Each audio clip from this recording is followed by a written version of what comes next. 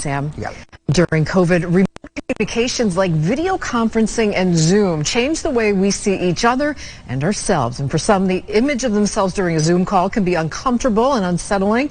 And it's actually driving more people to pursue plastic surgery. Joining us to talk more about this is Dr. Elizabeth Stirling Craig, a microvascular surgeon at St. Vincent's Medical Center. Good afternoon, Dr. Craig. Afternoon. Thank you for having me. Thanks for being here. So have you seen an uptick in cosmetic surgery during or since COVID, and what are your patients looking for?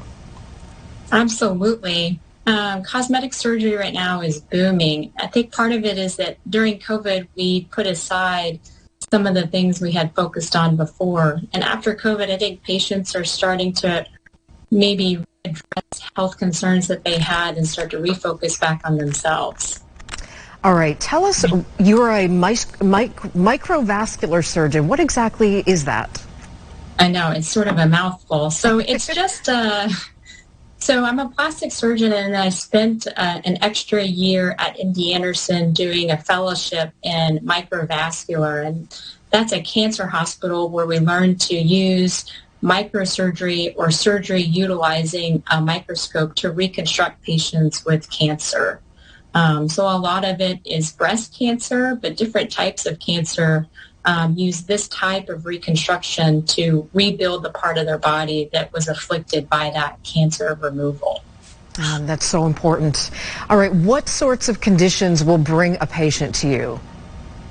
For cosmetic, we see everything from the aging phase or changes in the face from weight loss. A very common one these days are what we call mommy makeovers, where the moms have had deflation of the breast after breastfeeding and maybe some extra skin and fat from being pregnant. So that's called a mommy makeover. For the reconstructive patients, we're seeing anything from breast cancer patients that have fortunately survived their cancer, have had reconstruction and are not happy with it, or perhaps just were too stressed with the cancer diagnosis and had put off the reconstruction until they finished their treatment. And we're also seeing now that patients are going and getting their mammograms, new cancers diagnosed that we're able to offer immediate reconstruction for as well. All right, and talk to us a little bit more about breast reconstruction. Who's a candidate? So nowadays, the ideology has quite changed. There's not that many breast cancer patients that don't undergo some type of reconstruction at the time of their breast cancer removal. And I think that that has really benefited the patients in terms of enduring the stress of that diagnosis. We're able, at least for them, to leave the operating room with a better image of their self.